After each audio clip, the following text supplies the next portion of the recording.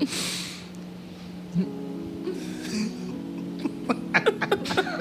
it. Fuck it.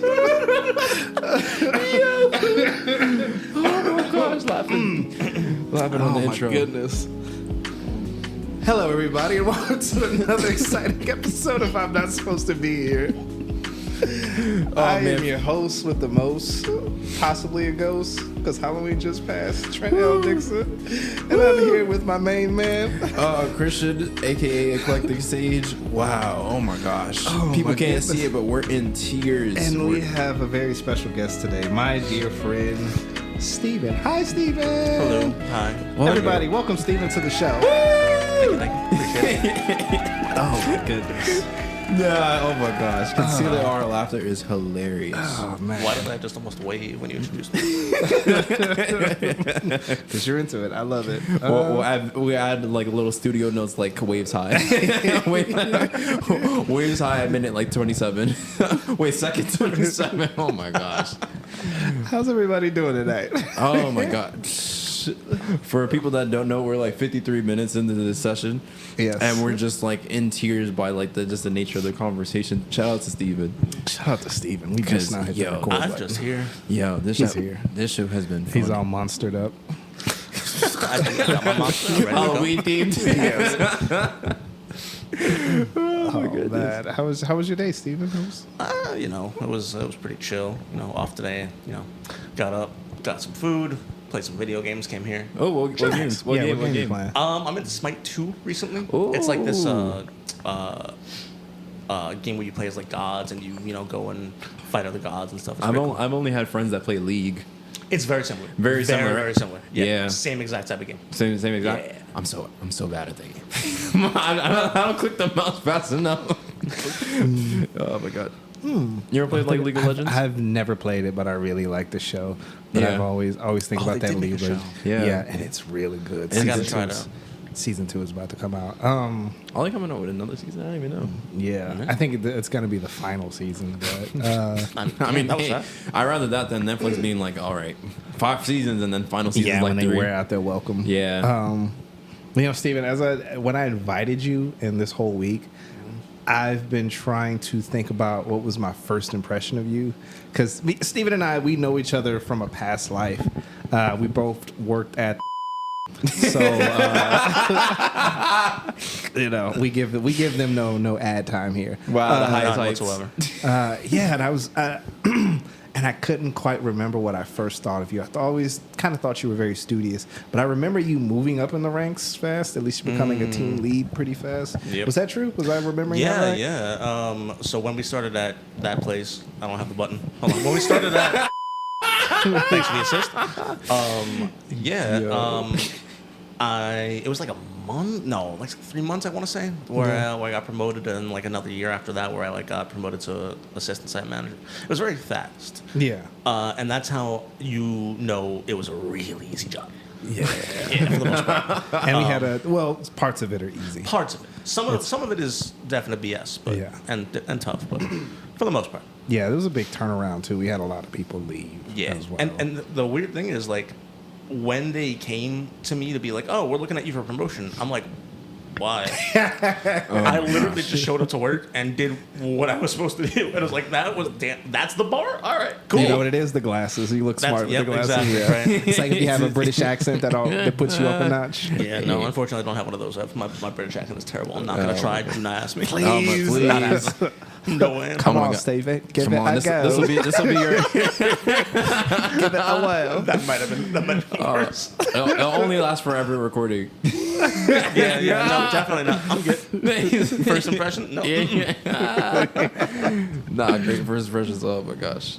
But no, it was great. I remember I always admired you, and you were always a good guy, because whenever I needed advice, I felt like I could come to you.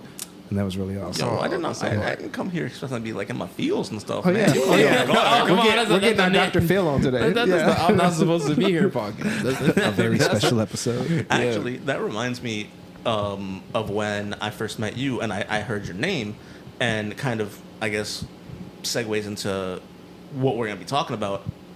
I told you that when I was first thinking about whatever book I wanted to write, I actually had a character in there named Trent. Oh, yeah, that's right. Yeah. You did say that. That's so Yeah. Awesome. I was like, that's how I remembered you. It's like, okay. And I'm guessing I'm nothing like that character. No.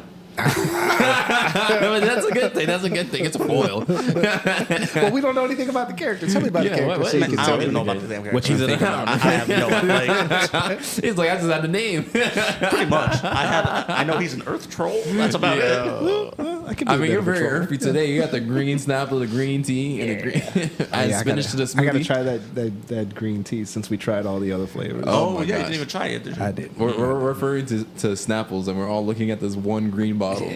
Steven has put all the hate on this green tea Snapple. Listen, if I wanted to taste the earth, I'd go lick grass. All right, I'm good. But if you're in the mood for Snapple, we've discovered that black cherry lemonade. Woo! It's pretty good. And Snapple, if you're in the mood for paying people for advertising, But I've never seen a Snapple ad sponsor or ad snippet. Now that I think about it, like if we're the first, I don't think I've ever seen a Snapple commercial I don't either. think I have either. That's weird. whoa, are they just off of like fun facts? Probably. Yeah. I mean, they're such a brand at this point that like Yeah. everybody knows them. Yeah, that's so crazy. Like I've seen Pringles commercials, and Pringles is everywhere. I don't see them that often, but Do y'all remember? You even see McDonald's commercials, and those are like on every street corner. I don't know why McDonald's even advertises at this point. Yeah, like you don't need It's just to. a flex. It's just a flex. I was like, what are you doing, McDonald's? We all know you. We're all gonna Hey. come eat your disgusting burgers. So yeah. Hey, them burgers be hitting for $5. Clogging goodness. For $5. When you when you're low, Hey, when you're McDonald's low, is there to- McDonald's is, that should be the ad. We're you're not low, getting sponsored by McDonald's got McDonald's, damn. It don't matter when you're poor. Yeah. I'm loving it. Ronald is there. I'm be right next to Ronald. Damn. Maybe forget my train of thought. Now I'm my thinking about goodness. McDonald's advertising. Oh, do y'all remember those Mentos commercials on the Oh 90s? yeah. Well, like the guy. I was not alive. He said Wait. When were you born? What year? 2001. Damn. So you don't remember the 90s? He thought I was 27. He was on the beer. Yeah. It was like this Right? man's old. Wait, hold up. I don't know if I should ask this question or not, but why not? Go for it. Before or after 9/11? Before. Interesting. June 7th. Okay, so then I'm not doxing myself You're allowed because- to be somewhat of an adult. Yeah.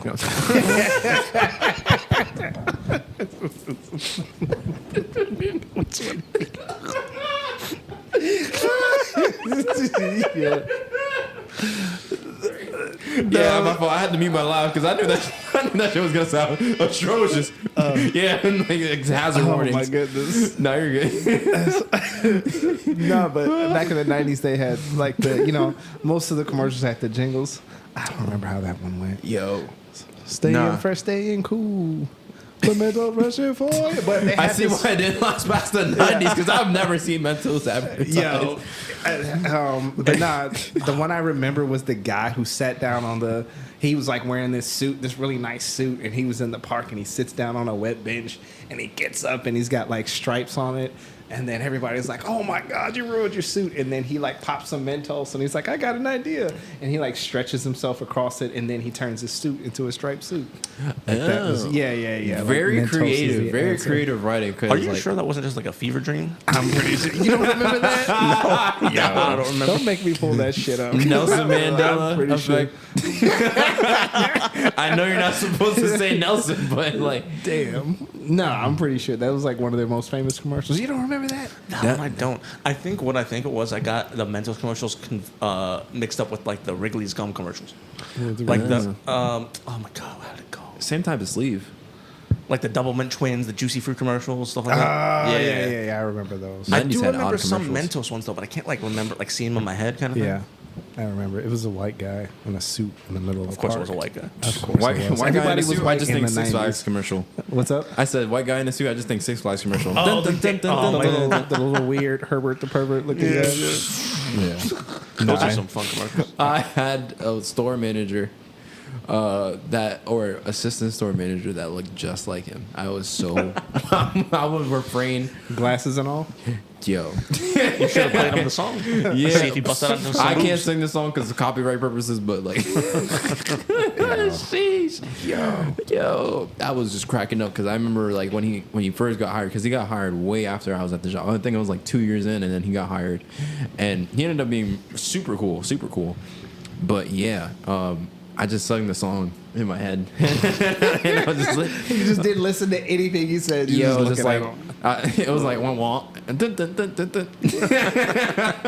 that is terribly funny. Oh my gosh. But we're in a new studio today. Just very happy about that. Yeah, it's not too bad. It's actually a makeup studio. Like that's all it is. But Yeah.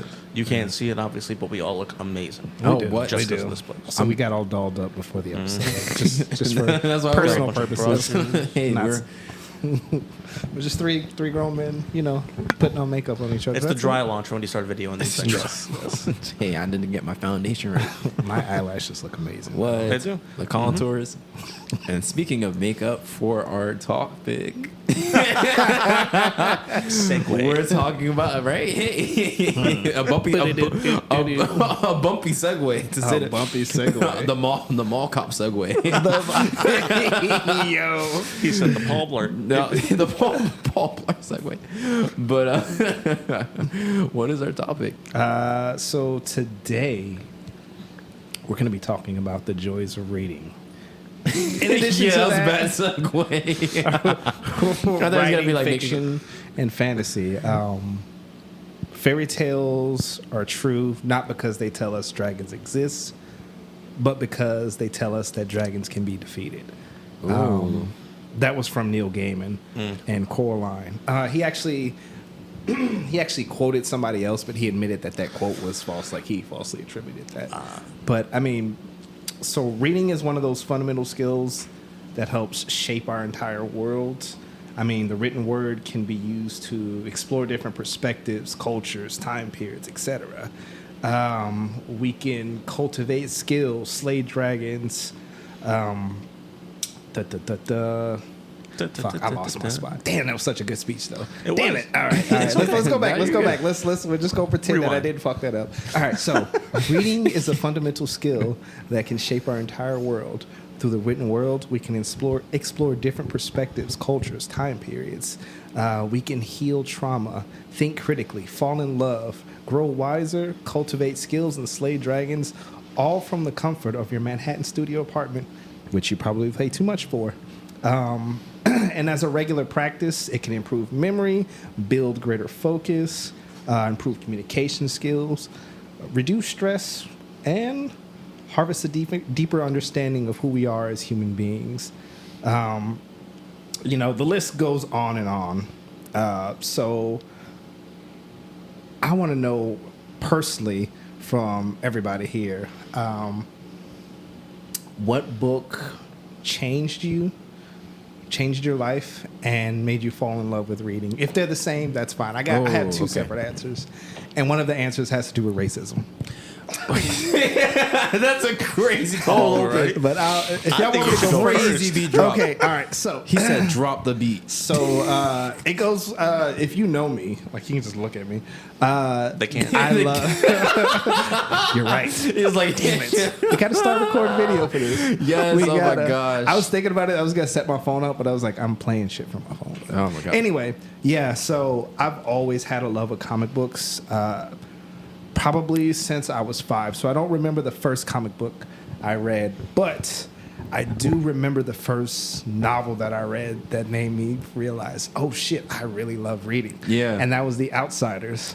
Now, I read that in the 9th grade, but it was in a special reading class. All right. And I was in there with my brother, my older brother, and my half sister. Shouts out to my brother. But I was put in that class because a year before, in 8th grade, I had went to this this school that was predominantly white. Yeah. And we were I was with the what do they call those? The people that help you pick your classes. What are the Advisors. Oh, the yeah. advisor? Yeah. And she was picking classes, and she was like, "Oh, the you know Xavier? Xavier Coffee. Yo. And I was like, yeah, I know him because he happened to live in the same neighborhood as my aunt, who I spent a lot of time around, and they just live right down the street from the school. That year, I was getting bussed in from the east side. But yeah, and so she just put me in that class just because I simply knew somebody. Turns out all of the black kids in the school were in this one reading class. Wow. All of us. Wow. All of us. Wow. And, it is crazy. That's crazy. But we all knew each other, but we were a very small population in that school. Crazy. It was wild. And it's funny though, because I remember at the end, somebody looked at one of my test scores like, oh, you can leave. You don't need this class anymore. And I was thinking, I didn't need this class in the first place. Wow, that's crazy. That's wild. actually wild. That's actually insane. Yeah. Wow, that's like shouts out to Murkison Middle School. That's the craziest de facto racism story I've ever heard in my life. It was wild. That you knew this one black person. She just threw me in the class, fam. Let's corral all of them into one. Wow, that must have been like a pet project or something. Because like what? Let me put all the black students in one. That had to have like some like she had like sketches and maps of that shit. Like imagine that. Was that guy from Always Sunny in Philadelphia? That meme with the red dot. Like that was her in the room. If I move second period up, then he can go too. Yo, yeah, it was wild. Like, and that was I'm not gonna lie, it was a wild ass class because we had some bad people. Like, yo. But that was a wild ass year. That was that year. That was the first time I ever met a Jewish person, and also the first time I ever met an Armenian person. But wow, they were in your class too? No, they weren't in the class. I think it was only black people. I'm pretty sure it was only black people in that class. I got to go back, but. I've got separate stories about that, which I'm saving for a high school episode. No, for our middle school episode. We still got to finish the school episode. That sounds fun. And then school series episodes are so funny.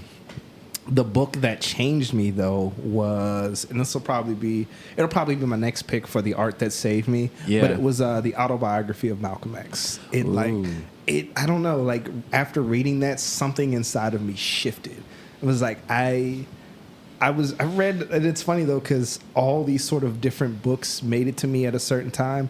Like it was when the first year I actually discovered Saul Williams. And then there was another book when I started writing poetry. It was every morning in high school I would go to the library. That's the kind of student I was. But there was this book called Black Fire, and an anthology of African American writing. It was like a collection of like plays and scripts and poems anyway. And it was the first time I ever read a poem, and I was like, oh shit, I didn't know you could write poetry like that. It was very, very metaphor heavy and symbol heavy. But no, back to the autobiography of Malcolm X. No, like I swear, like I didn't know. And back in the 2000s, everything before Black Panther, we didn't have there wasn't a lot of positive black images, and that was one of those things. It was like he was bold, he was intelligent, he spoke truth to power, and he was unapologetic about it. And it's just he also just has such a great story. I recommend that for anybody. I would definitely read that, especially with my mimic and cynic moments. Yes, read it. You haven't read it? I have never read it. Have you read it? Never read it. I've not read it. Highly recommended the autobiography of Malcolm It's funny. Amalia has that on her bookshelf, and I was looking at it earlier. Take it. Take it. Yeah. It's looking like. Unless she's reading it right now, then no, she's not. That would be horrible to take a book that somebody's like right in the middle. They're actually reading it in the middle of the chapter. Yoink, yoink. Oh my gosh! You ever like drop your bookmark? I was on the train today. Luckily though, for stuff, because somebody put their bike right by where the pole is. Yeah. And then somebody put a bike on the other end, and I like to stand on trains. Yeah. Bikes. And so whenever people would come by, I'd have to close it, and then I happened to have my bookmark out, and I just yanked it back, and I remembered the page I was on just for such an occasion. I actually only started using bookmarks recently. Before that, I tried to remember what page I was on, like a sociopath. Oh shit! Wow. Yeah, that is a sociopath.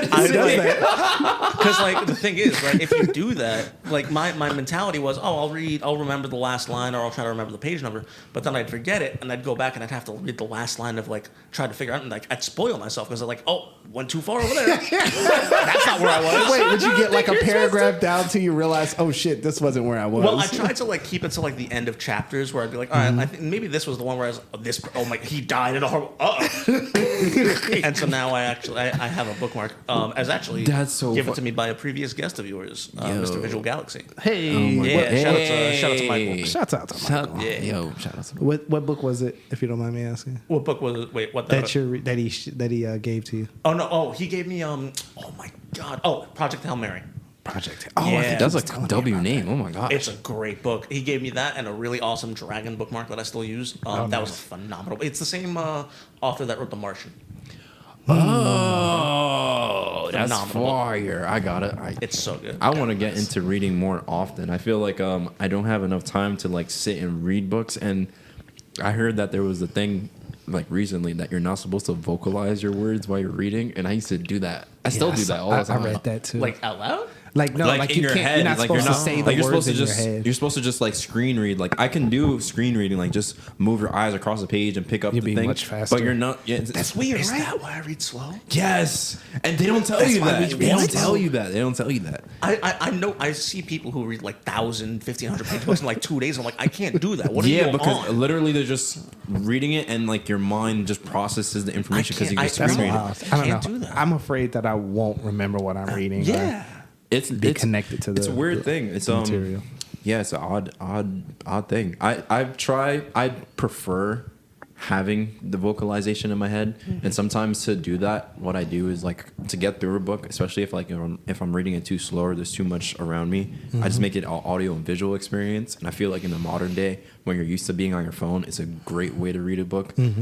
Because I remember my 8th grade teacher, she used to do that. She used to put the audiobook and then all of us would sit in class and we'll just have the book open, and it'll incentivize you to like actually want to read. Yeah. Because like let's say you have a hard time focusing, the audio will, like if you lose your spot, it will catch you up, but then you'll like be anticipating like the word ahead, because it's just like, it's like not only is your imagination like going because like of what you're reading, but on top of that, it's just like, oh wow, I'm not even interested into reading. So like anybody that's like hearing this episode and like, man, I really would like to read that book, but like I don't have time, having the audio book and having the book in front of you, W experience. Yeah, never Nice. thought of doing that. That sounds really cool. W experience. Yeah. Enhances. So as far as like the books that made y'all love reading, For me, I actually was like really bad at reading and like writing when I was younger. Really? Yeah. So I think I had to go into like a special like reading section. Like they used to take me out of class sometimes. was and it then all put- black people in there? No, it was my school was mostly Spanish and Hispanic anyways, and like just mixed. So it was just more so a level thing. I think I was at a high reading level, but then at a low reading level for a little bit. I think it was just because like now that I'm older, I think I just didn't. I had a Spanish babysitter, so I'll be understanding like her trying to speak to me in Spanish, and then also like trying to speak English at home. So like the introduction to two languages and then trying to read and write, it's always like a type of thing, and then never really take that into account. So I remember my dad, he used to just give me this book series, and it was called The Magic Tree House. And I remember the Magic Tree House books being like my entry to like reading, like sitting down and reading. Like I love reading my SpongeBob books. I actually love storytelling because my mom used to read to me every night. That's my, like if I had to choose ways that reading and art got to me, it was because my mom and my dad read to me. Bedtime stories, I remember like I used to read Greek myths. That shit was like amazing. That's very wholesome. That was all that stuff that introduced before. I actually had like the agency to read it myself. Choose Your Own Adventure books, W book series, amazing books. Taught me how to be how I am as a person. But book series, I'd say that's most influential. Or I guess I found my identity most in a book while reading it was The False Prince by Jennifer A. Nielsen. I actually take my artist name, Sage, from that book. That book, she has like a character, it's like orphan. He gets like put into this this like little program to like subvert the kingdom by becoming a false prince, but real life he's a real prince. He was actually just as a kind of contingency situation, the royal family knew that they were going to get murked, so they just threw him in an orphanage and said, we'll come back for you if it's a false alarm, if anything. They ended up getting murked, and then he had like the one token revealed later on in like the last chapter. Sorry, spoilers, everybody. Spoilers. But for the first book, there's like 3 books. And then he ends up getting to like the throne like properly. But like the journey to do that was like so like it was so enlivening and so like beautiful, and it made me really love like prose and writing in general. So shout out to Jennifer Ann Nielsen, and yeah, she made me want to be Sage. So Nice. I'll pick that book. Nice. My journey into reading and fantasy in general, because that's like kind of my bread and butter. I'm a big fantasy type of person, more fantasy than anything. But my first start is probably the same as a lot of other people's, and that was Harry Potter. Yeah, I thought you were going to say Yeah. Lord of the Rings. Nah. Still, we'll get to that. But much like you, Sage, my mom loved to read to me from a very early age. She was a big reader, and she wanted to kind of impart that kind of thing onto me also. Spend all my money on, books instead of like, something else. Yeah. And so she would read to me like, Magic Tree House or all the Arthur books, Arthur Yes. the Aardvark, stuff like that when I was really young. But when I started getting a little bit older, I guess she saw that like, my attention started going elsewhere, like toys, cartoons, stuff like that. Yeah. And so she wanted to try to really cement that love of reading in me. And so we were in the city one day, just wandering around. I think we happened across a bookstore. It might have been a Barnes & Noble, I don't know. But we walked in, and she tried to, she was like, well, to the bookseller, like, hey, what's something new that the kids are really liking right now? I was like 8 or 9 at the time. And they recommended Harry Potter. And from that night up until the last book, even when I was old enough to do it myself, my mom would read to me. Yeah. Because not only did I fall in love with it, but she did too. Yeah. And neither one of us wanted to experience the next bit without the other person. That's so amazing. And not to get too somber here for a moment, but it was around book 5 or so when my mom actually got diagnosed with cancer. Yeah. And even when she was sick, even when, she didn't really have the energy, she would read to me. And that was our time of being really close. It gave me that light in what was a very, very dark time in my life. And thankfully, up until the very last book came out, she held on. We were able to finish it together, and she passed about a year and a half after the last book came out. But she was the one who cemented that love for reading in me. Unfortunately, now with how things have progressed with the author of that series, it's a bit tainted. Yeah. But still have the books, still have the memories, and still have the love that she gave to me of reading, and I've never stopped since. I mean, the work is the work, author aside. That's really amazing. I'm glad you went last. That's amazing. That's so sweet. And in all honesty, I'm tearing up. I'm crying that. I haven't talked about that in a while, and I almost teared up a little bit too. I'm not gonna lie. But that's really beautiful, and that just reflects like what art is supposed to do, like what writing is supposed to do. Like it's really supposed to be something of just making you closer to another person's like subjectivity, for a lack of a better word, but just experience, and just to create moments and stuff. And like I just thank you so much for sharing that. Like that really touched my soul. Yeah. And it goes to show that like I know your question was about books that changed you, but when I was that age, there was nothing to change. Yeah. That book and that series shaped who I ended up being more than it changed, and everything since then has continued that shape. So yeah. Nice. Oh, thank you, Steve. Thank you. All right, somebody say something. That just called needed a moment, because like it was a really beautiful story. Yeah, that was. Damn. Yeah. So what are you guys reading now? Are you? I just finished a book. Just to kind of reflect on what you were saying, I think comics is an underrated medium, especially for kids, and especially for adults too, just for reading. I remember in between like stages of like I didn't really like reading as much as I did as I got older. Like once I got to a certain age, and I kind of got to a place where like schoolwork would take away from the time. Yeah, let me turn it off. Yeah. Like, what was that? Yeah, I Yeah, think I was that my fault. Now 30 minutes later, decides to show up. Yeah, that was so crazy. Anyways, yeah, so there was a point where my homework would impede on my ability to read, and then it was just like I don't want to read more on top of this. And I think we'll touch upon it later on how a lot of day-to-day life de-incentivizes you to create or makes worlds or makes just experiencing the world of reading and just the worlds that people create in art in general. And I kind of want to reflect on that.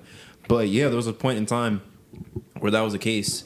And I remember that my cousin, shout out my cousin Richie in so many ways, took me to my first Comic-Con and actually introduced me to comics. So he had like the X comic app that they had.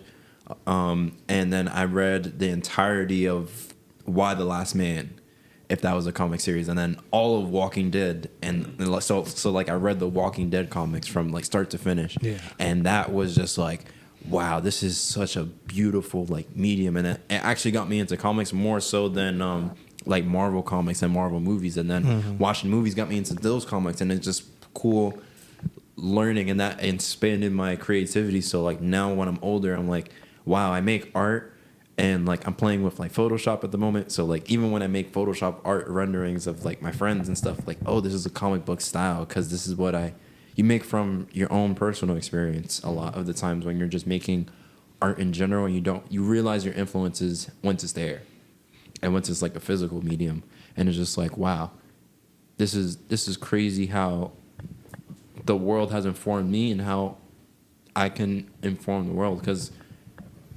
whether we appreciate the art of J.K. Rowling or the myriad of authors or people who are flawed and I'll just leave it. Who are flawed in their thinking or their expression of certain views and everything, from the standpoint that, hey, this is something that I created from internalized experiences, it's really nice to see that she was able to create a world for everybody to escape to.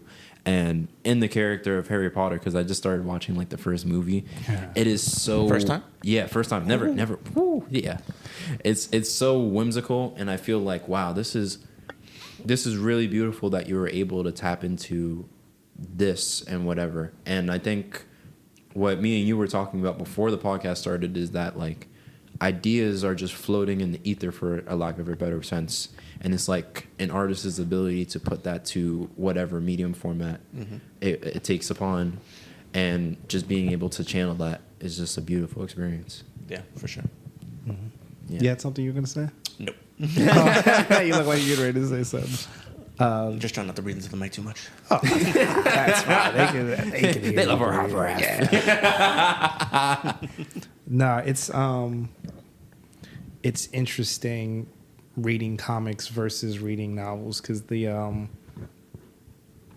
comics the images are provided for you, but there's still spaces for your imagination to sort of fill in those those blanks, and then when you read, it engages so much more of you, I feel like. But I mean, they both have their merits, because I mean, some of the best stories I've ever read have ever been comic books. But that's dope that you read Brian K. Vaughan and Why so the Last amazing, Man. so amazing, because he that wasn't Brian K. Vaughan. The same writer that did The Walking Dead, Robert Kirkman. Yeah. He did Invincible as well, right? Yeah, he did Invincible. Amazing. Right? And I love that you touched upon it a little bit. Comics and just reading in general, the medium allows for your imagination to really, and it's one of those few mediums that allows for your imagination to take precedent in the process of you interpreting the word. So like when you're watching a movie, you're not actively being told to like imagine something. You're being shown something. So it's like interpreting your senses. So when you're like reading, or even when you're watching whenever you're reading like a comic too, it allows for your imagination to kind of flourish too, which is interesting. I remember when I was a kid, I used to read the Goosebumps series, and I would put all my friends and the characters' places as I was reading.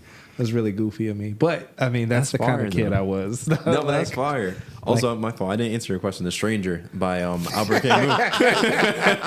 The Stranger by Albert. Well off the rails. Yeah, the Stranger by Albert Camus was the last book I read, and I read that for understanding postmodernism. The Stranger. What is that about?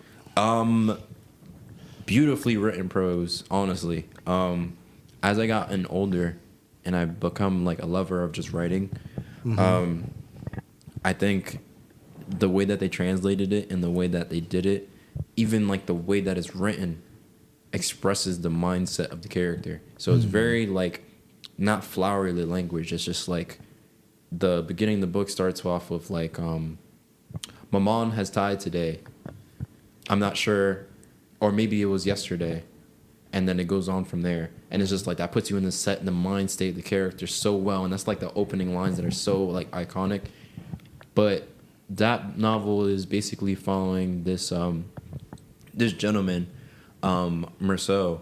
I don't know if his name is Meursault or if that's just a French translation for sir. I could be wrong. Somebody correct me like randomly. But you're basically have somebody come up to you on the street, sir. You said it wrong. That'd be so funny. New York is surreal. Basically, Meursault had just lost his mother due to like old age or whatever. It's not really explained. And you're basically following him through like a slice of life thing, and then something happens, and then he has to stand trial for the events that transpire in the book. And he's a very kind of nihilistic person, and it kind of is an exploration of nihilism for in the modern context and what it really means to be like a nihilistic person. And for a breakdown of nihilism is basically the standpoint of like meaninglessness is inherent to life. So like you're born in a universe, you're on a speck of dust that is the earth, and your life is even a more granular speck of dust. Now you exist in that context. How do you see an outlook on the world? And it's just like there's an instance in the book where his girlfriend at the time is telling him she loves him, and he's just like, I can't really say I love you back, but I would want to be with you. And it's just like, I don't know. I feel like that to me is like the deepest sentiment that he can express, because like despite being problematic to our kind of senses of understanding what love is, if you're truly living in a meaningless type of way and you're really only experiencing life from start to finish, somebody wanting to even contribute their time to you is the most meaningful thing, even if they can't express it. So it was a book that I read in like AP English class when I got into high school. Oh, big brain, AP English. I know, but like that just goes to show that most skills in life, whether they put you in all segregated class or they put you in the special class for kids that can't read. I went from a kid that couldn't read to AP English, and I'm no smarter than any other kids that were in the other classes. It was just that I had a person that read to me. I was given resources to do that. Yeah. And it's just those little insights that you learn when you get older that makes you recontextualize a lot of your childhood, and understanding and recontextualizing yourself through like text and media, through like fantasy, through novels, makes you really understand what you're actually dealing with, like especially with like X-Men and stuff. I remember I ran into somebody on the bus and he was like, oh my gosh, I read the X-Men and the X-Men's about us, and where's the minorities? And it's just like the cool things that you can do with writing and medium to tell stories is just like, it just fascinates me. And that's why I just love like songwriting and just creative writing. And we'll get into more like things in general. Oh no, we can get into it now. No, that's funny though, because a lot of people sort of, speaking specifically about the X-Men, they sort of interpret, and this has been said a million times over, I'm going to say it again, like Magneto as Malcolm X and then Professor X as Martin Luther King. Yeah. And it's funny, I before he died, I got to see Stan Lee speak, which he's an amazing speaker. That's cool. Yeah. Excelsior. Excelsior. R.I.P. to the man stand. But he was saying like he really didn't intentionally intend for that to happen, but it's the art of the time. He pulls from the ether. It's gonna I didn't reflect. mean to do that in the mic. My bad. But yeah, like you said, it's all about part of it is what we bring to it. Like we've said before, and if something moves you in a certain way, then you're gonna gravitate towards that. But reading is kind of a gateway drug, right? It's the best gateway drug there is. Yeah, sure. Like we everybody here does something creative, and I'm pretty sure a lot of that's because of reading. Steven, you are an author. Author. I'm Arthur the Aardvark. Yes. Read too much of it. What is he? An aardvark? You're an aardvark? Yeah, he's an aardvark. Cute little aardvark. With your yellow sweater. I love authors. Tell us about that sort of transition you made. Was it something you can pinpoint? Like, yo, one day I was reading this and it's like, shit, I can do that. I want to do that. Or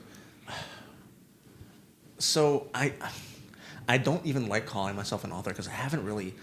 Stop that! You're an author. Stop it. We're not gonna. We don't do that on the podcast. We don't talk down on ourselves. But let him land. I'm sorry. Finish, finish, and then I'll tell you to stop. All right. Yeah, well, we got. I'm sorry. I haven't really put much fingers to keys these days. It's no longer pen to paper. My gateway, I think, was around the time, right? Was the transition of Harry Potter to literally everything else, where I realized, hey, I'm my own person. I don't have to read what my mom tells me to read. There's other great books out there. Let's explore that. Yeah. And like you said, that was like my gateway drug. There's all these other worlds out here that I could explore. Let me take that step. And it was around that time where I was like reading, the next thing I read right after Harry Potter was this series called Aragon. It's basically about a dragon rider who, discovers an egg in the forest in a world where dragons used to be plentiful but are now almost extinct. Finds this egg in the forest, hatches a dragon, and leads to this massive adventure. I'm like, what type of adventure would I make if, that kind of thing happened? What kind of setting would that be? And again, this is 7th grade. That's where the spark for my, story started. And I was just talking to Sage about this before the podcast in my everyday life, I'm not very much of a perfectionist. I'm really lazy, actually. But when it comes to this, I've been thinking about it, and pretty much only thinking about it since 7th grade. Wow. Fleshing it out. Who are the characters? Where does it take place? What's this world look like? What's the magic look like? All this type of stuff. And I've made a couple of valiant attempts to put it down onto a screen. But you'll hear any author, whether if they've written a word or a series, say that the most intimidating thing in the world is a blank page. Yes. And I still can't get over that intimidation in a lot of ways. And I've tried, and I'm hoping that one day I'll have that push, that shove to really full send to give it that go. I've had some slow what do they call it? Soft launches here and there. Yes. Yeah. But I haven't actually been able to give it the full send that I want to, or that part of me knows I can, but another part of me doubts. Yeah. So that's why I kind of say that I don't feel like an author, because I have it in my head. I've had valiant attempts to put it out there, but I'll hear stories all the time of this author is all they can think about is writing. Any type of little free time they get, they're in their computer, they're on their phone, they're putting these ideas down. They have a million ideas and they're just trying to get them done as fast as possible, but I'm not like that. Yeah. Permission to stop him now? Wait. May I stop him? Okay, go ahead. Okay. Just from speaking with you for this little bit of time, you have a beautiful soul. You genuinely, I believe it's just an issue of looking at the writing process differently, in the sense that when you look at a blank canvas, you're not supposed to actually envision anything out of the canvas. You're supposed to just throw shit at it. Just start flinging. Yeah, just start flinging, and like, I think like your mind, your heart, like, if you just fling just random ideas, you'll find your way. Like, just thinking about like the conversation is just like, authors are really like the dragons of like this world, in the sense that it was like a plentiful type of thing. Mm-hmm. Everybody would want to create worlds and try to create stories, and it's just like there's so much that de-incentivizes that to the point where they're near extinction, and it only takes a person finding that egg, that type of source of light, or having that tradition being passed down, whether that's passed down through the experiences that you have, that gateway drug or whatever, and like you have all those attributes already. So it's just like, I have the kindling. It's almost like I'm just waiting for that spark. not even like it's not even kindling. It's just like you're already a burning fire, and it's just like a burning fire has, like, the concept of a burning fire has to always exist in order for like a fire to exist. Because before you even light a fire, that shit is always, because a fire wouldn't even be an object that could like exist if it wasn't already previously there in the ether somewhere, and you have it, like you have that fire, like just talking to you. So I just, you are out there. You're like you are out there for if real. y'all say so. You took my argument. No, stop it, Steven. Stop downing yourself. No, but like one of the things. I'm sorry. I just got to throw You're this in good, there, you're even good. though you took my argument. I didn't say what I was gonna say. But comparison is. We said this on the last episode too. Oh, yeah. Comparison is the enemy of creativity. You can't look at what somebody else is doing. You know, because their story isn't your story. They didn't grow up how you grew up. They didn't experience everything. So it's okay that you don't look at a blank page and see what somebody else sees. You know, what matters is that you get it out there. Because I promise you, I'm going to be first in line to buy your book. I will dead buy your I book. will go to your site and go, oh my God, David. Oh my God, It yo. was like 7 chemicals down. Oh my God. But no, your voice is valid and the world needs it. Somebody, you never know who you're going to inspire. Yeah, like J.K. Rowling could have never heard your experience before she put a pen to paper. Ever. And that shit made me tear up on a podcast I've never cried on. In a makeup studio. Like, mess it up, for lack of better words. It fucked up my makeup. Like, We spent so much time on it too. yo, like, I never cursed on this podcast, but it was worth it. Yo, sorry, listeners. just- We got to take sorry, a 10-minute listen. break Yeah. to reapply his mascara. But like, yeah, like, it's just, it's really beautiful to know that, like, one, there's art that exists already that can pull those experiences, and then there's a lot of artists that are like going through life experiences to make that art for somebody else. And it's just like so beautiful, just like getting to hear your introduction to reading, seeing how you are as a person, just like joking around, like in the wittiness and character, just from the unaired 47 minutes or 59 minutes we had before. It's just like, it truly is like a pleasure, like speaking with you and shit. Yeah, absolutely. And I just wanted to take that aside. Feels and stuff. Yeah, this is a somber episode, I guess. Damn it. This is a safe space. We're just gonna. It's a feeling. We're just going to talk like this for the rest of the episode. Oh my gosh, we love the ASMR. No more laughing. Just snap. I'm not supposed to be here.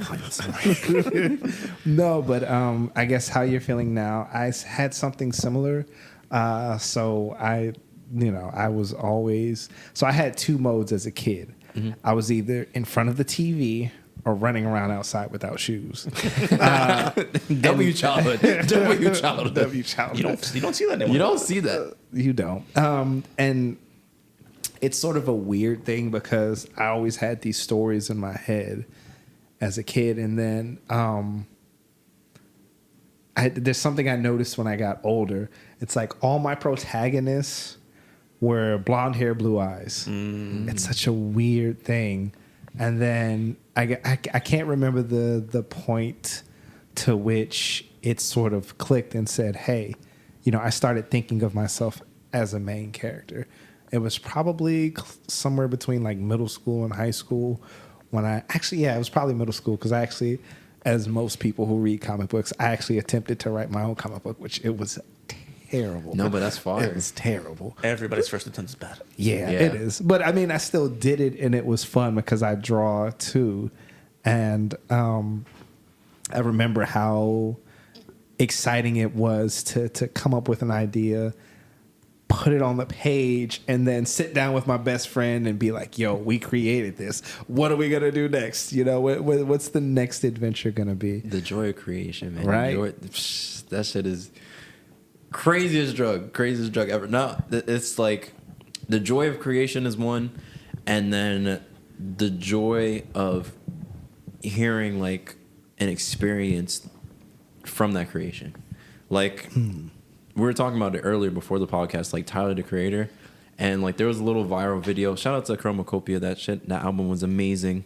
But there was a video that went viral where he went to go drop off merch at a fan, and I just saw that and I was just like, I know, like for himself, like that must be like the most beautiful thing, like to take something from an idea in your head to giving a physical format to somebody that just like wants to have that format and just yearns for nothing but just to play that and just like have that type of sense of closeness to you.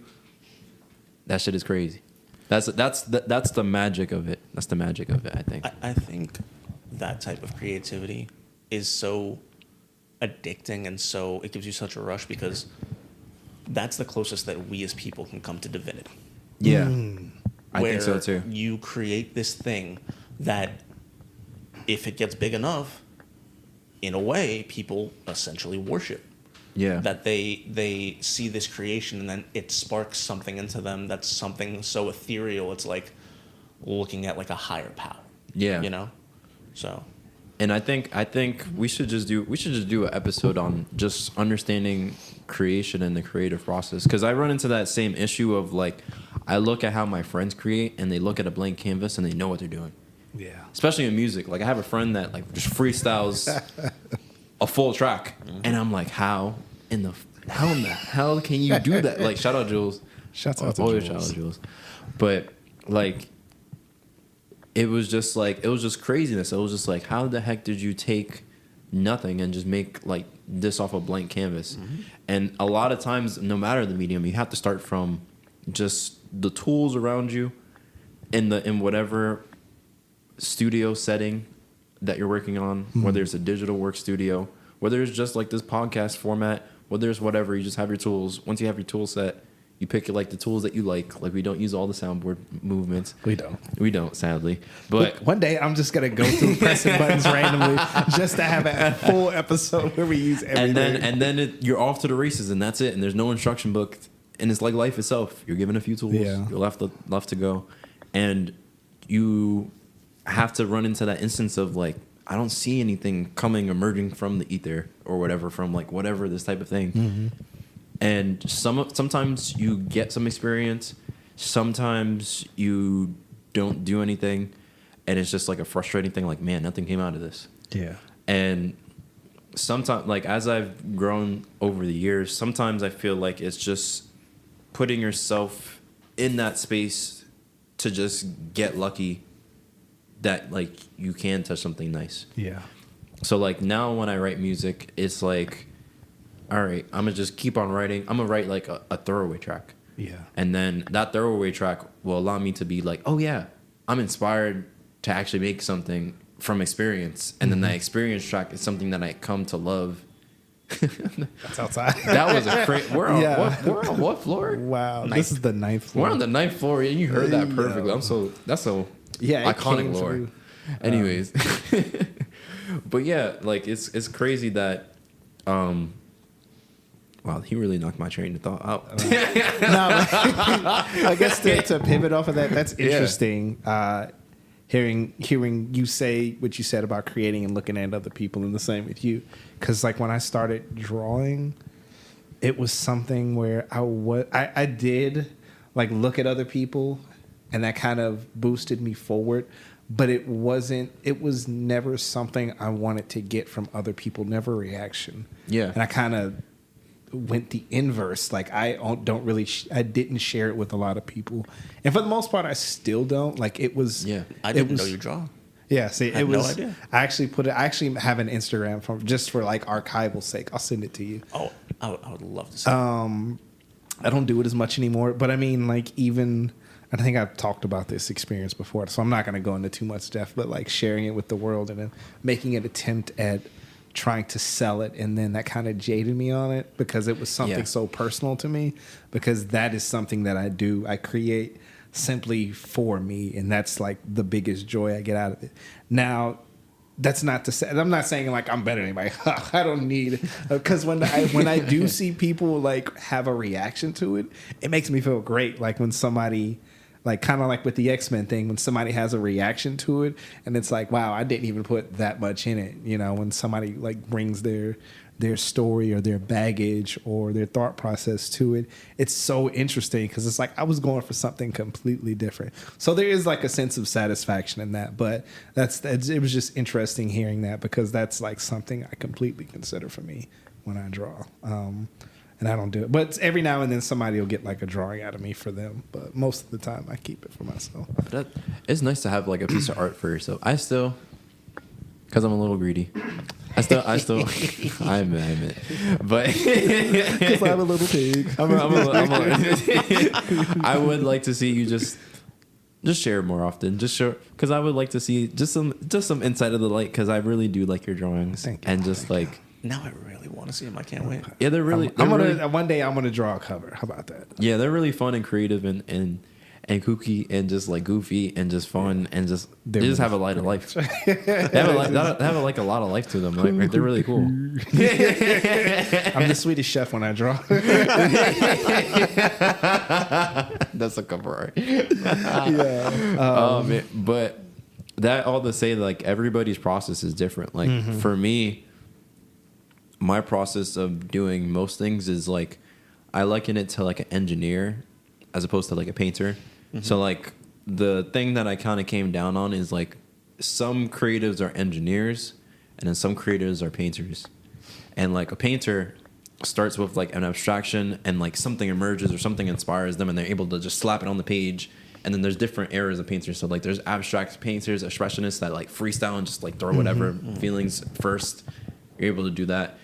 And then sometimes you're just able to like paint and like off of like a reflection. Oh, that's crazy. Anyways, Paint off a reflection. yeah, you're able to paint. You're able to paint off of like reference material, and then sometimes you're able to just paint just off of like memory, and that's like a painter's like type of way to create. And they have like engineers that have to like understand the mechanisms of things, understand the structure of things, and then try to make prototypes of structures of how to make stuff.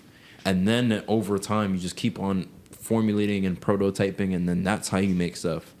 And I feel like not a lot of light is kind of shown on the dichotomy of ways to create, because both an engineer and a painter create, and a designer creates too. And a designer is a different type of thing. So there's different modes of creation, and as you kind of like the engineer can paint on a side hustle. Yeah. So like you can exist in different types of things. It's just like kind of becoming more aware of the way that you naturally create definitely helps you in your experience. Like for me, I realized like for my writing style, I was like, I could only really write from experience, at least at first. I could only really write from experience at first. And then I had to come up with like a concept and then have the archetype. So like I'm more of an engineer, and I tell my friend like I'm more of an engineer. Like I have to structure this shit out, to be honest. But you can paint, so go paint. I'll structure it out. You paint. I'll let you paint. And that's how like, especially when I came out with like our like joint effort, like our joint project and everything. His painting and his things contributed to the overall design and the way that the thing works, and it's really cool to see in other mediums that that's the case too. So again, going back to like the author thing, it may be a thing of like maybe my idea of creating is skewed. Well, there's a lot of people who are able to just kind of do that whole thing where like, you know, they start writing and they go. Yeah. You know, that's like they're able to like translate that to what's in their head immediately to the paper, and that's it. Or they figure it out along the way. Yeah. But I could never do that. Yeah, I mean, my thing that I always do, I'm an outliner. Yeah. Where I'll, be like, okay, cool, chapter 1, this happens, but like not really much detail, just kind of like a general idea of like where it's gonna go. Chapter 2, same thing, and you kind of just use that as like a roadmap. You know, where you less put it out there as like a flow of consciousness and more kind of structure it. Yeah. You know what I mean? Yeah. So, what is your experience like writing so far, like in general? So far, it's my experience is like when I started the first time. I did it during actually this month and like 3 or 4 years ago. November is there's this thing called NaNoWriMo, which is National Novel Writing Month, where the idea is from the 1st of November to the 31st of November, you're supposed to write every day with the goal of 50,000 words and finishing a book and finishing a novel. Yeah. And I grew up poor as hell, like a lot of people. Yeah. And for the longest time, I wasn't able to do the kind of thing because I didn't have a computer. Yeah. But I mentioned it to like a family member who's kind of well off one day. That I was like, they were doing NaNoWriMo. Yeah. I was like, oh man, I've always wanted to do that. I would love to do that. They're like, all right, cool. And then like, luckily for me, bit of privilege, I guess. A week later, a laptop showed up to my house. That's so crazy. And so I was like, That's now like I feel like I camera. have to. Yeah. Now I feel like I have to give it a shot. And so that was my first real hardcore attempt at putting what was in my head onto a blank page. Wow. How was that experience in general? It was transcendent. You don't know this, but like I don't know how many podcast episodes we're talking about photography, and a similar thing happened to him and for Trent. Oh yeah, because he said that he was in Avis or whatever. I used to work at Avis and Budget. And, It was many lives ago. And so, people would always leave. We would clean the rental cars, and people would always leave stuff in them. And if they didn't come back for them, they were fair game. There you go. Yeah. And so someone left like a little point and shoot camera in there, and I got it, and I waited. I waited for somebody to come back and claim it, and they didn't. So that's kind of sparked my the photography bug. Nice. That's so crazy. Yeah. That along with having a cell phone and just like taking pictures of everything, but like that was kind of like like I can really do this kind of thing. The butterfly effect is so crazy because had you not picked up that camera, you guys probably wouldn't have met each other.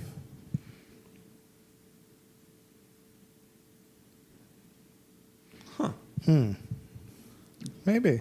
Did you seek out the job the unnamed job we met at because of the photography aspect? The title was, and honestly, at that it was kind of it was a little bit of both. It was a little bit of both. But I'm gonna stop right now and say hi to Amalia. Hi, hello, Amalia. Oh, she's not even. She's in her own world. All right, she walked in the room. That's why there was a pause. But anyway, back on track. Yeah. So when I was, she's like blushing. She's like, oh my gosh. I was not supposed to be on this episode. I'm not supposed to be here. Shouts out to Amalia. Like I was kind of desperate. I'm not gonna lie, but I was like, photography, that's fucking perfect. Let's go. I was applying for any and everything, but that one did stand out to me. I mean, honestly, I probably would have took it anyway if I was out here. Hey. But yeah, Great one to take. But then again, I did go to school for photography. Yeah. Did you go to school? That's where I met. That's where I met my friend D, who first proposed the idea of coming to New York in 2015, which kind of started my love for the city, which made me want to move out here. So, in a way, yes. I was reflecting on it. Right. I was reflecting. The dots connected. My fault. No, you're good. You're there with your little board. Yeah, I'm that guy from Always. What's the actor's name, man? From Always Sunny in Philadelphia. I forgot his name. Oh my gosh, it's gonna itch at me. I hope it's the right guy too, because I just remember him from that role. But he's in a lot. Is it Charlie Day? I think is it Charlie Day? I think it might be Charlie Day. Yeah, I think so. I couldn't remember if that was his name in the show or if that was his actual name. I think that's his actual name. Yeah, but I just remember that meme. I'll never forget that meme. That meme is so funny. No, but it's I guess kind of a side subject. Do y'all find that being creative is kind of a gateway drug to being creative? Like, I know at some point I was always drawing, but I was like, I kind of started liking other things, and then I was like, let me try that too. You know, like let me try poetry too. Let me try to write songs too, which didn't last long. Let me, and eventually, let me try photography, or let me try not only drawing but painting and all these other things too. Do y'all find that to be the same? I think we were talking about it earlier. I think the nature of creating is so disincentivized in a capitalistic system that it changes your subjectivity, because by creating, you essentially subvert the entire system in a way. Explain. So because you're basically similar to The Stranger, right? If you're in a world of nihilism, or if you're in a world where everything is a product and everything is judged based off of value of assets and asset absorption, claiming, whatever the case may be, you self-generating assets out of nothing is an anomaly experience in a system propagated on just consuming and owning. So it changes your subjectivity, and then it also expands the way that you look at the world. Now, for like more simple terms, creating in general in a world where you're not really given too many resources to create and still making a lot from nothing expands your mind to be like, oh, well, everything has to be made. And then when you kind of internalize that thought of everything has to be made, it only demystifies everything around you, and you become more connected with everything around you. Like, this studio had to be made. This building had to be made. How is that building made? Somebody drew it. I can draw. Oh, shit. And that's like a oh, shit moment. Yeah. And then you walk around the street, and it's just like, wow, this road had to be paved. Who paved the road? Everybody had to pay. Somebody had to work on this. Somebody had to do something. Why is this tree here? Why is this not tree here? Why do we have these parts of aspects of nature? Why am I asking these questions? Why am I not asking these questions? You start having the craziest existential crisis, and I think it changes your nature and how you relate to everything. And then the only way to kind of go back is like kind of be passive, like, oh yeah, I know that somebody had to make it, but I won't put too much thought into it. Or you could dive into it, and then the world is your oyster. And it's a cool and interesting thing, because a book tells you how to do that. Because a book shows you how to jump into a world and then know the nitty-gritty details. And then also on top of that, experience someone else's subjectivity that's so absent from your own that you become that person while you're reading. If it's third person or first person or whatever. Yeah. Or just look at it objectively. Very interesting. So with that said, would you say reading increases empathy as well? I think any art form. I think reading is an art form. I think any art. Yeah. Any art. I like that. And that's why it's very funny that now that I'm older, when an art teacher was like, everything is art, and I was like, no, it's not. The audience did not see. No, it's not. The audience did not see my. The audience did not see my face, but I was being a little.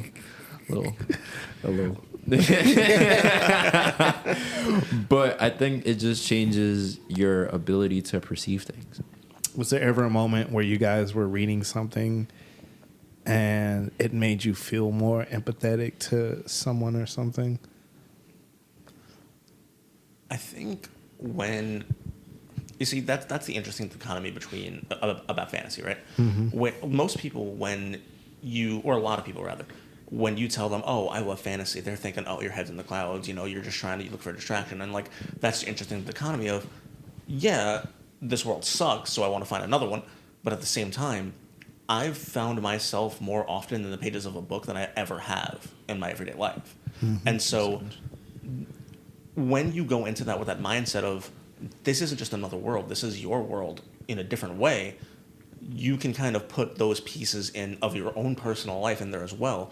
This character who is, this, fairy elf magic sorcerer person kind of reminds me of my friend so and so, and their mannerisms and how, you know, a lot of the authors these days, especially the more ones who are in touch with, you know, the world around them, you'll see aspects of like, oh, this person likes to fidget with their hands a lot, or have a really particular way of speaking, or, you know, they memorize things really weirdly.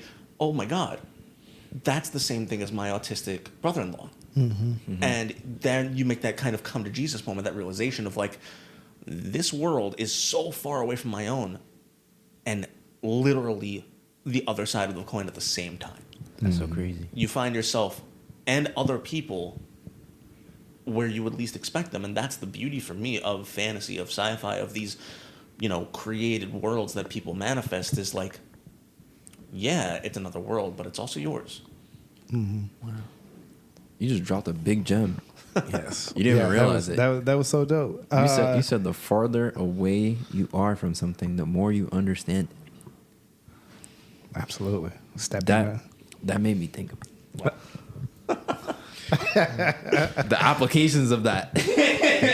No, but that's so true. Like, stepping away from something gives you perspective. And it's like you don't really realize how small we are in the universe until you see a picture of the Earth sitting there in space. Oh, that pale blue dot photo gets me every time. That shit is so beautiful. Or when you see the, you know, when you see the diagram and like you look at other planets or us compared to the sun, it's like, wow, it's not really that big. Oh, we're like Sage said before, like a speck of dust. Yeah. Just floating. No, I actually for the Little Dipper, I use that line. I love that line so much. And it was Little Dipper coming soon. Oh my! Whenever it drops. Whenever it drops. But I can that project is finished, at least in my eyes. So I'm not gonna be adding or changing any lyrics. But it was like talking about disassociating, and the song was talking about how you can have like existential crisis, but everything be calm. And I kind of thought about that because you were like, my everyday life is like this, but this world is like this, and it's so much more expensive. And I was like, what really is an everyday life or everyday type of experience, really? Like, aside, like if you were to take away the virtual life of your phone, right? And you were to really truly just measure, and I think about this from time to time, like just the events that happen on a day to day, how much conflict do you really like go through? Very odd. That's the thing. What you see as conflict, other people might not. Yeah. Yeah, you're like, imagine if you were just like living distance from your own experience. How much more understanding would you have like in your life in general? I think that kind of relates to the episode before last about being present. Yeah. Or no, that was the last one. Well, whichever one when we decided whatever the to order. air. Yeah, whatever order we put it in. But that's that idea of remember how I told the story about working in the country club, and I would sort of create distance. I would go to the restaurants for context. So have you ever worked in like fast food or food? No. Okay. Oh my gosh. Have you ever seen The Bear? Yes. The Bear sums I it have. up perfectly. It's Yes, exactly like that. Bear did it amazing. But no, I would. So I worked in a country club in the kitchen, but I would serve, and everything. And I would have to, kind of try to find ways, because it gets so crazy, find ways to bring myself down. So I would go to the restroom and I would meditate. I would picture myself in a body of water and sort of chant water. There is nothing else. And that kind of, like you were saying, that kind of creates that distance. And that kind of allowed me to sort of make the world small again, I guess, in a way, or kind of, it at least gave I don't want to say a semblance of control, but I kind of do. That's okay. Yeah. I mean, it just, I guess it gave me perspective again, Yeah. I'm doing the best I can, and the only thing I can control is me, and if I did that, then everything else is what it is, That's it. But no, that's adding to that. It's funny how people find their center in different things or different ways, where everyone's going through shit. Everyone is every day. Yeah. But how do they slow down just for a couple seconds in the bathroom for a couple minutes, and put it into perspective of, I'm doing the best I can. It could be worse.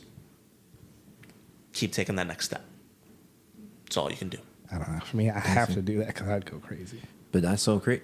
Because now I'm thinking about like the application of what you were saying before. The farther you are, the more you understand, and why we like escapism in general. Because I feel like escapism is just an attempt to understand yourself more. Oh, totally. But 100%. through the eyes of someone different, or through the eyes of Not even through like perhaps necessarily in an art context, just in general. Whether it be like drugs, sex, art, media, consumption, whatever the medium, just escapism, just the nature of needing to escape your subjectivity or your understanding of self, is just really just trying to understand things from a more bird's eye view type of perspective. I think we escape with the goal of one day coming back and being able to see it from a different perspective. Yeah. I don't know if I'd apply that to drugs. I think For me, I think I'm just thinking, not necessarily in the person's experience, but what the intention is. So, like, sometimes some people want exploratory things. So, like, let's say somebody does, like, shrooms or whatever, and they're just like, oh, yeah, I'm doing this to explore the different mindscapes, to enter a different type of alter mindscape that does this.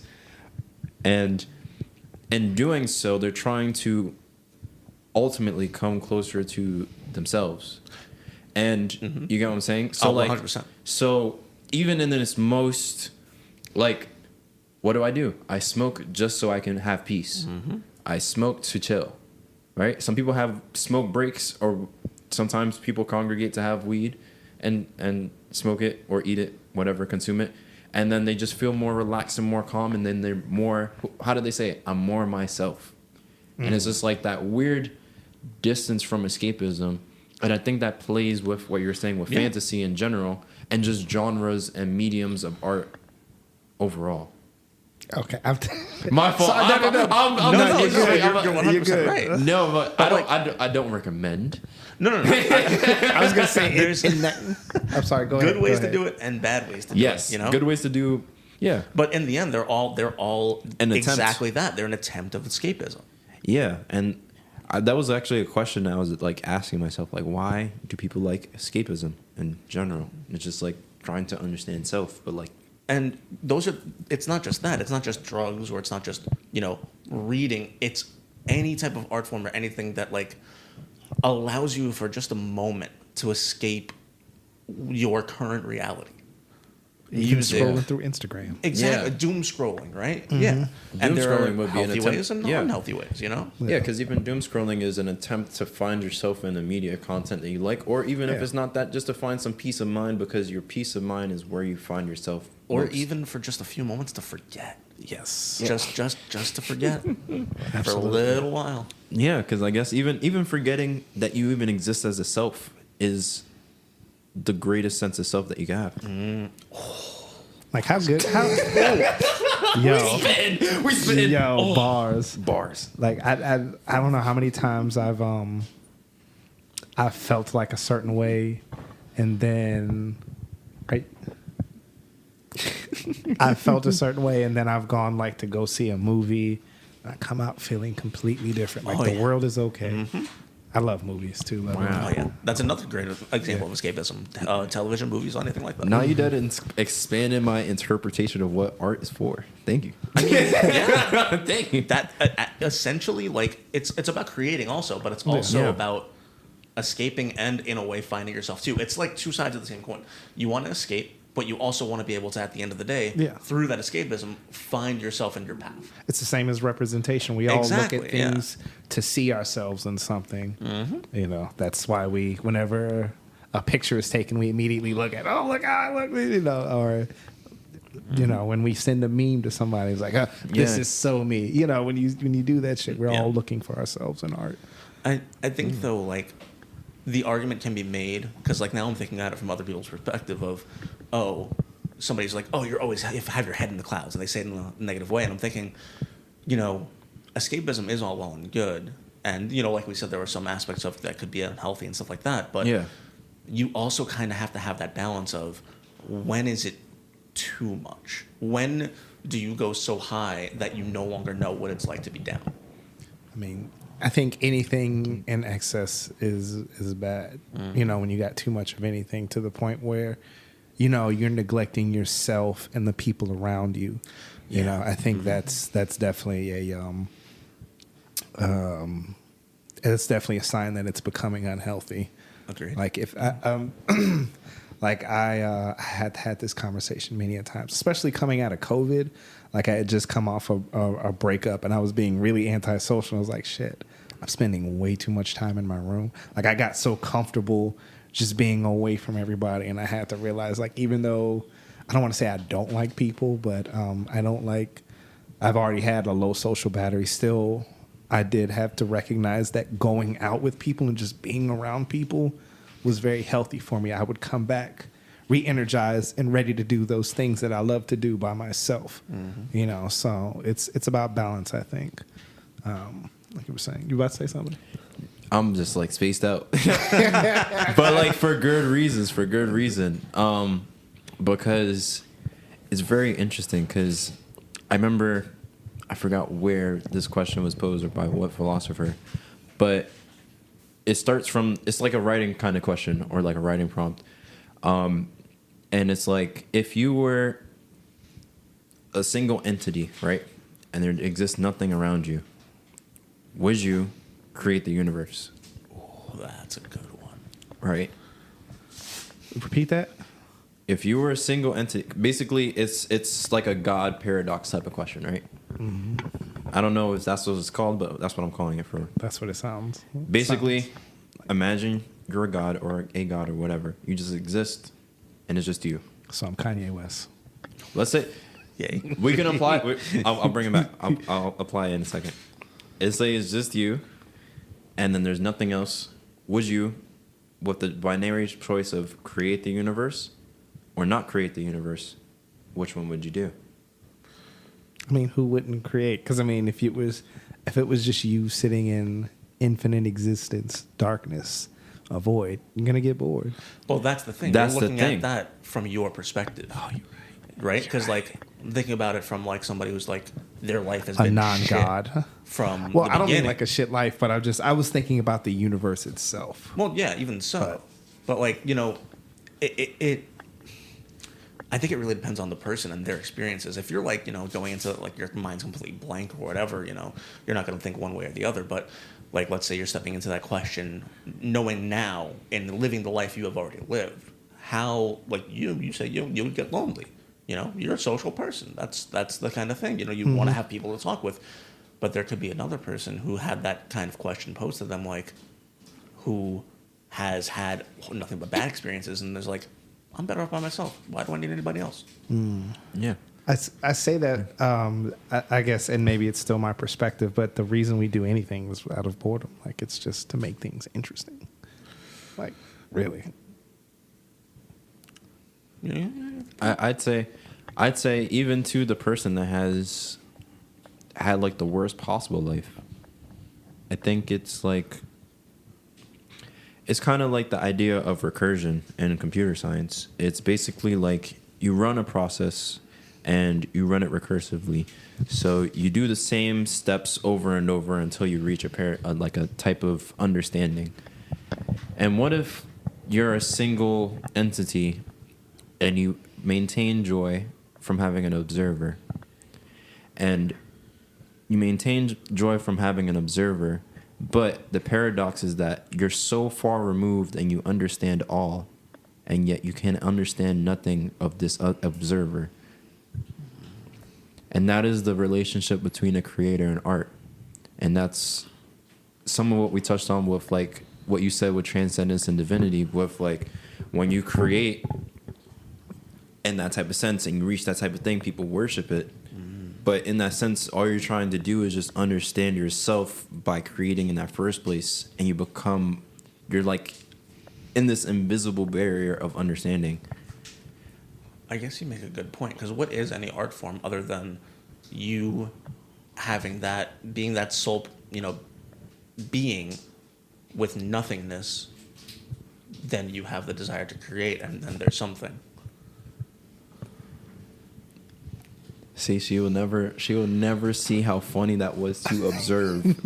Now, for the audience, if she hears this, she was just eating a beef jerky. This is Amalia. Amalia, if you listen to this, we can see you. We can see you eating a beef jerky. Or is that a Slim Jim? Oh, that's not a Slim Jim. Yeah, but it's just like we just saw her in a natural environment just eating, and we just found that so funny. Right? But she will be none the wiser. So like that's just Until she listens. until she listens. maybe that's what life is really, if you think about it. What do you mean? Maybe. Observing Amalia eat it. I'm sorry. Maybe it's just a being that knows how it ends, understands everything, and is just existing to exist to just observe himself. To assume the seat of the observer, because it's the final understanding of what separates him from the rest. We're getting deep up in here. Yeah. Damn. Right? I did not expect this. This is not what you told me was going to happen. My bad. My fault. I'm just talking about writing because, like, who's writing our stories? Ooh. I mean, we are with the podcast, but I mean, Are we? I think so. But I mean, that's not gonna. Is the main character writing a story? Yes and no. Sometimes. Character? Like, We're all our own main characters. yeah, but even in the format, like, just to get meta contextual, the main character writes the story, right? Mm-hmm. But the author writes the story. Mm-hmm. So, like, one of the rules in, like, writing is that, like, a character has to survive or has survived work or account of the story that's being told. Because if you think about it, every story needs an observer in order for the story to be told, which is why a lot of main characters survive to the end, because they're the ones able to tell the story of what happened. And so, like, stories have to follow, like, a weird convention of either these were notes left behind and this is their experience and they died. So that's, like, the main case scenario. Somebody found a story, the story's being written by the main character, or an author is a living person has to tell the story. And so, like, even at its most meta-contextual, you would have to have an observer at the end of your story, just by rule, in order for the story to exist. Like It's kind of like the fire situation that we talked about. Or if a tree falls in the forest and no one's around, did it really fall? Does it make a sound? I didn't mean to rhyme. That's interesting. Immediately I thought of Menace to Society. Yeah. But Yeah, because what is a I've seen that sound? so long. What is a sound except of an observer other than vibrations? Damn. yeah. You're right, Sage.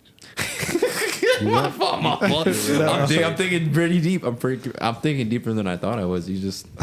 I told you have that spark. This is why. Exactly. That's why you need to write. This is why you need to write. You had that spark. Whoa. Right?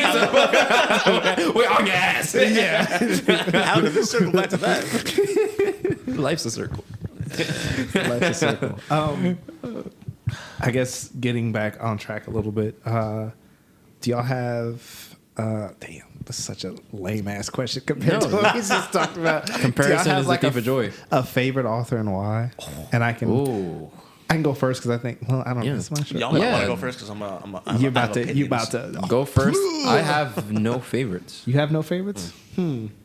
That's interesting. And that's okay too. Yeah, I don't met think I have someone, one of my good friends, he doesn't have like a top 5 rappers. He was like, whoever I like at the moment is who I like. They don't really put Yeah, anybody over there. I think that's a me case. But no, my favorite is Neil Gaiman. And I remember the first book I read of his in high school. Found it in the library. Neverwhere. Have you guys ever read Neverwhere? It's on my list. I haven't read it yet. So essentially, the story is this guy has a really great life where he has everything / kind of mediocre, and he's out with his girlfriend one night and he sees this woman in trouble, and he helps her. I think he takes her back to his apartment, cleans her up because she's hurt. And then the next morning, she rushes out. And then all of a sudden in his life, people can't see him. Like they start to not notice him. Somebody moves into his apartment. Yeah, but he also is hunted by these two mysterious men, and he gains access to this underworld. And it's just a really interesting story, and I really like the way Neil Gaiman writes. Like he does sort of a modern fairy tale thing, hence the quote in the beginning of the episode. But I don't know, that's something that's always like captivated. Like I cannot not read. Did I say that right? It's impossible for me to read Neil Gaiman without being inspired. Like I always, after reading or while reading, I always want to write something. I always want to draw something. I always want to create. Like that's just the way he uses words and the way he creates worlds. And it really makes me want to live in them, and I love it so much. You know, and to touch on an earlier subject about empathy, that story, because like this world that he discovers, not everybody can see. Just like that girl that he helped, her name was Dor. Nobody else saw her but him. That's why he helped her. I think his girlfriend did see her, but kind of forgot instantly. And that story was actually about homelessness, you know, and about how we sort of how they become such a part of life that we just look over, we pass, and we pretend they're not there. But yeah, and I was like, damn. That shit is great. Like you speak homelessness. Let me get my computer because I wrote a quote. Hold on. You wrote a quote? I did. I got you. No, you're good. I got you. Okay. Keep going. But yeah, no, that was sort of my Neil Gaiman gateway, because you never forget your first. Have you never forget your Have you first. read any of his other stuff? Yeah, I think I've read all of his novels. Lady at the End of the Lake, American Gods. Loved American Gods. American Gods is so amazing. Good. The first season of the show was really good too. What's that other one? You read Stardust? Yes. And I saw the movie. The movie wasn't half bad, but There's the a book movie? is really good. I didn't Yeah, know there's a there was a movie. It's Nicole Kidman and Really? Okay, so a big movie. Yeah. Okay. I can't think of anybody else who was in it though. Damn. But yeah. So yeah, I've read Stardust. Those I'm are actually the only two I've read from him so far. Yeah. I've got a lot of stuff on my list, but American Gods and Stardust were phenomenal. yeah, all his books are good. His short stories are really good. What was his short story? He was in, because his book of short stories is really good, but he was also in a book of zombie short fiction, and his story in there was really good too. But yeah, I love Neil Gaiman. You got your quote for us? It's not a good quote. It's very cryptic. A lot of play on words. Not good writing. Is this this is you that wrote it? It was just a funny play on entendre. Okay. And homophones. Okay. This is bad poetry. Open mic. I write better than this. I'm so sorry. This was just an interesting. This is my first introduction to your writing in them. Yeah, this is going to set the tone. First impressions are not always your best, but you still can love a person after a first impression. So, I see the sea bum on the seafloor. You call Subway. I say seesaw. To follicle, say bars a nickel. It's a play on Barnacle. See is a weird. It's play. It's a play. It's just. I was just understand like I was just playing with words. So like, I know he was not expecting that. I do write. I write very well. Hold on. Wait. But I just remember this because it was like a Trent weird. is laughing so hard he is sweating right now. Please bring it around to the subject. I was like, wait, hold up, huh? But I'm sorry. Okay. You were explaining it. Oh yeah. Okay, so the reason why I wrote this like nonsense, right? It sounds like so nonsensical. Was like I was trying to understand like where the meaning of words actually like comes from, because like it is a comment on homelessness, right? Mm-hmm. And a comparison between that and barnacles that you find in the bottom of the sea, and then also playing with just like the metaphor of hair. So it's like I see the sebum, which is sebum, the oil in your hair. The on the sea floor, like on the sea floor, like the bottom of the basin, but on the sea floor, comma, on the sea floor, you call subway the subterranean way of living in the bottom. I say Caesar, but Caesar, like Caesar haircut, bad interpretation. But I see sore, like I see distraught, pain. To follicle, to fall ick ill, to fall ick ill, say bars barnacles. To fall. So that's why I was like, this is weird. It was one of those like weird like auntie like museum assignments that you always hear in like those weird expressionistic things and they don't know how to explain it well. It was one of those weird things that I had because it was like to fall, comma, ick, comma, ill, bars, a nickel. So it was like bars as in bargaining, a nickel. So like you see somebody on the floor, they're bargaining for like a nickel, right? And you see a bum on the floor. You treat him like a barnacle, and then you have like this hair shit. Terrible in retrospect, and like eons when I listen back to this is gonna be so funny. But I just thought of that. That was just a very. I see the visualization you're going for though. I see It was just a weird. That's why I was like, I don't mind sharing it because it's very interesting. It was one of those weird experiments of just throwing shit on the floor and understanding entendre. Honestly, I like random words put together. Like I like the way sometimes I like the way it feels. It's almost in a way abstract or surreal, you know. Because once again, if it's art, you know, you're gonna bring your own meaning to it. Yeah, that was just like a weird abstraction that I was playing with because I was like, "What is a homophone?" and understanding language in general, and just kind of playing with that. It was a weird experiment. That's what I've been playing with. Not very great. It was funny to see you explain it to see Steven's face. No, because you're piecing it together and it makes sense. So like that was the part that was fucking me up. I'm sorry, because it was making sense, but at the same time I was like, what did I just do? Like what is this? I don't know what type of abstraction this is. Do you guys know the meme of like the lady who's like looking off in the distance and there's like equations behind her? Like that was me for a hot second. Like I'm just trying to like. He was trying to follow. Because like, what is language, right? If not trying to understand each other, right? Language is amazing. So like that's the core function of language. But like the implicit thing is that you can have word vomit that doesn't make sense but does. Mm-hmm. Why? So that was the question. That's amazing. I'm so sorry. Yo, I wanna do a whole episode of you reading bad poetry. We're gonna try to explain it. And then we're gonna put Steven in the other side. And you just have to explain it to Steven the whole time. No, you don't explain it. That's the thing. Don't explain it, and then I have to be like, so wait.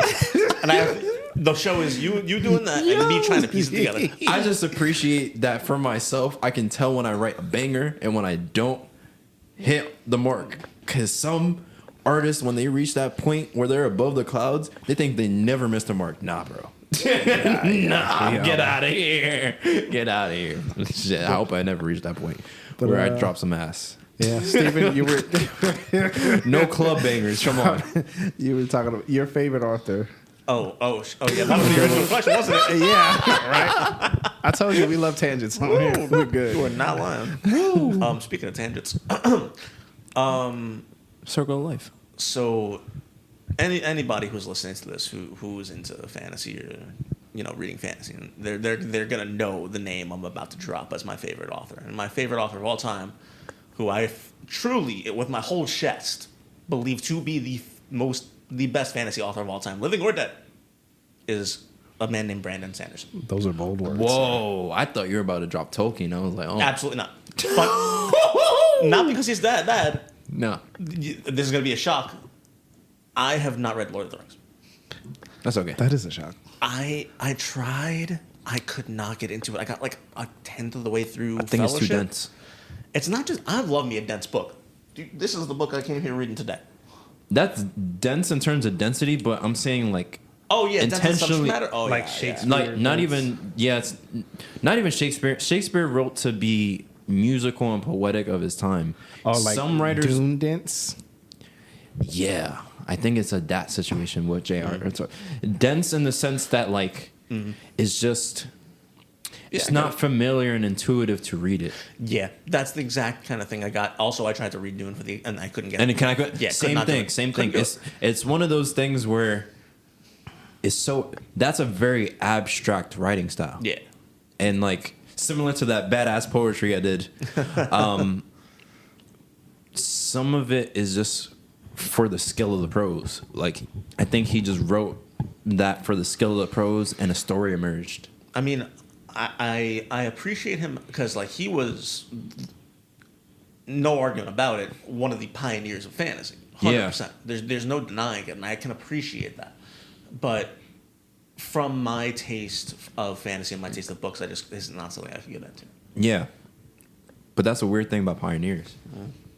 Oh, the time, my fault. Yeah, the weird thing about pioneers is that they don't have road to be paved on, so they're playing with like weird abstractions in general.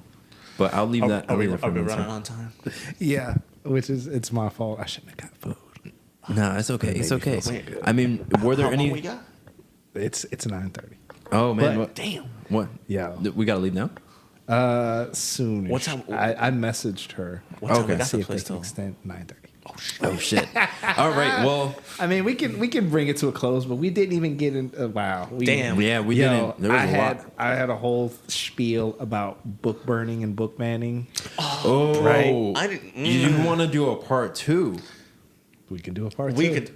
I would listen, definitely do a part The 2. best thing about fantasy and reading is there's always another book after it. That's It's a always fact. the first in the series. Oh, There's always more to self. There's always more. yeah. So, oh man, should I read? I wrote this whole Go ahead, read it. fucking outro. Read it. Read the outro. We give it context. Should I save it? I mean, Nah. could. That's up to you. That's So, up I mean, to you. all right, I'll just read the outro because I already Could always fucked up make and another then outro. completed the Hey, the we intro. could. All right. Everybody, serious. Here.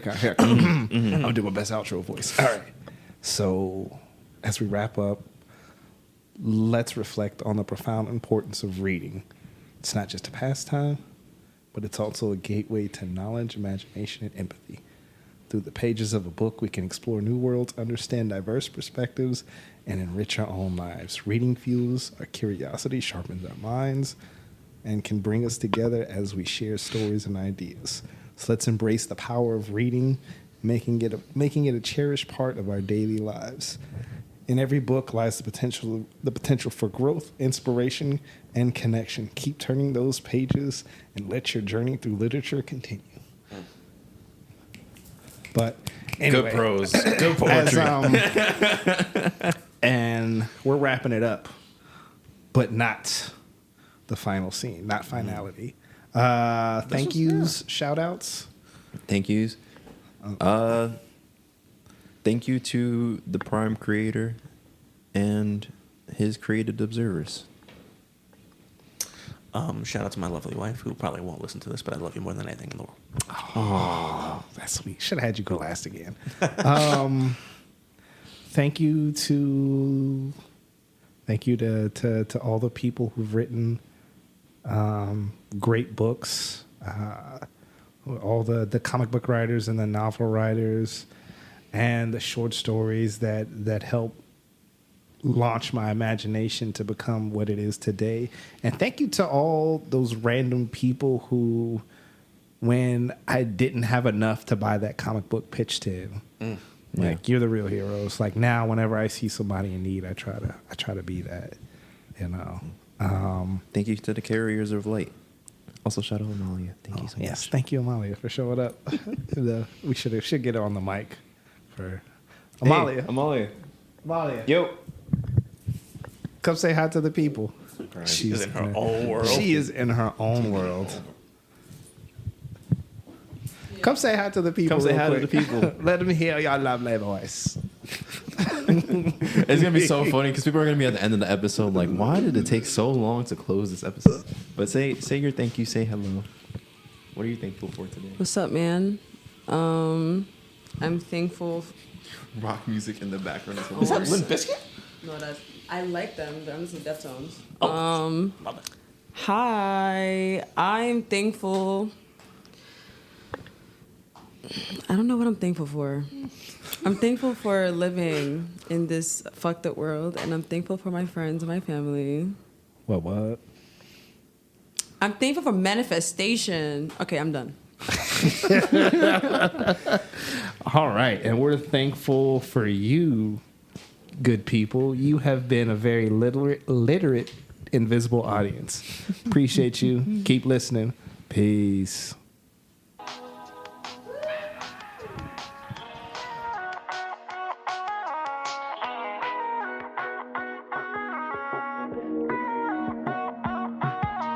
Sometimes I need